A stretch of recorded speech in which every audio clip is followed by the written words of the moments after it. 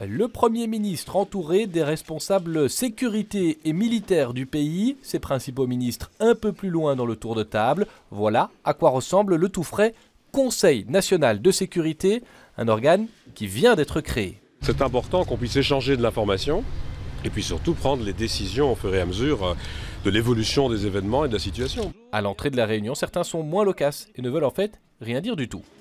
Plusieurs points sont pourtant sur la table. Comment mieux surveiller les personnes qui voyagent dans des pays suspects comme la Syrie? Comment éviter la radicalisation? Que faire lorsque certains reviennent de zones de combat? Le gouvernement veut aussi un protocole entre la police et l'armée qui toutes deux surveillent nos rues. On va continuer à appliquer les mêmes mesures en fonction du niveau retenu par les services. Ce sont les services qui nous indiquent quel est le niveau de la menace et en fonction de ça, les mesures sont adaptées.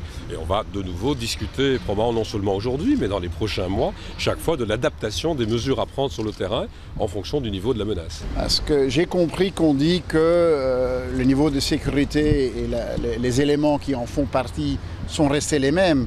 Donc je peux m'imaginer que si on fait l'analyse d'il y a 2 semaines, qu'on pourrait faire la même analyse aujourd'hui puisque les éléments sont les mêmes. L'OCAM vient en effet de maintenir à 3 sur une échelle de 4 le niveau d'alerte dans le pays, et ce jusqu'au 23 février.